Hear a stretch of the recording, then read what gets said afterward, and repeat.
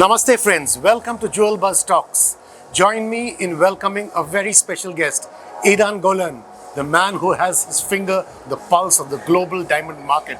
It's my pleasure and honor to say Namaste Edahn. Good to be here, Thank you. Edahn, let's begin with the Indian context. What are the challenges and opportunities for the Indian diamond market? First of all, the Indian diamond market is a very successful one on a global stage. I'm talking both in terms of the midstream, the manufacturing, but also as a consumer market. The biggest challenges that it's facing right now, I believe, are the changes in global economy that has an impact on India as a supplier to the rest of the world. On the other hand, one of the things that work best for the Indian economy in that regard is bridal. The Indian population continues to grow, and along with it, the number of weddings. So it's a win-win for everybody, including the bride. But given the current geopolitical scenario, Russian sanctions, is there pressure to do something more? There's always pressure to do things at least a little differently. But at the end of the day, you know, there are two types of pressures that work on the diamond industry, internal and external.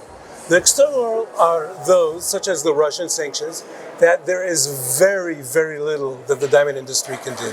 The only thing it can really do in that context is kind of navigate those troubled waters when they present themselves. The issue is really, what do you do when you encounter the internal forces? Oversupply, changes in labor laws, whatever that impacts us immediately, and then that requires, and there's the ability to make changes. Coming to the diamond jewelry market, natural versus lab-grown diamonds, what is your overview on the India scenario? So right now, India is very much a natural diamond market from a consumer perspective.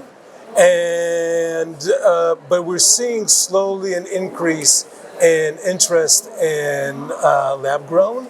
And the interesting thing about lab-grown is that this is very much an English-speaking country sort of product, right? It's doing well in the United States, in Australia, in the UK, in New Zealand, and in India, as I mentioned. The question is, where will it go? Will it be a fashion item or a bridal high-end item? And once that is sort of plays out, we'll know how that will impact the rest of the industry. Edahn, in your articles and in today's presentation, you have said, with all these declines, the next thing to do is be ready for an uptick and put money into branding, marketing, awareness. Is India doing enough and getting ready for that? Well, India, the GJPC, which represents the Indian diamond industry, is participating in global, what's called generic marketing efforts. But I think there's room for more. There's always room for more with the sanctions on Russia that you mentioned. What we're seeing is that Alrosa is not putting money into this. So that's a very big financier of generic marketing that is out. Category marketing, general category marketing, such brand as marketing, brand marketing, general brand marketing is essential. Branding for a particular company has a halo effect that also reflects on other products. But putting money, I can give you an example.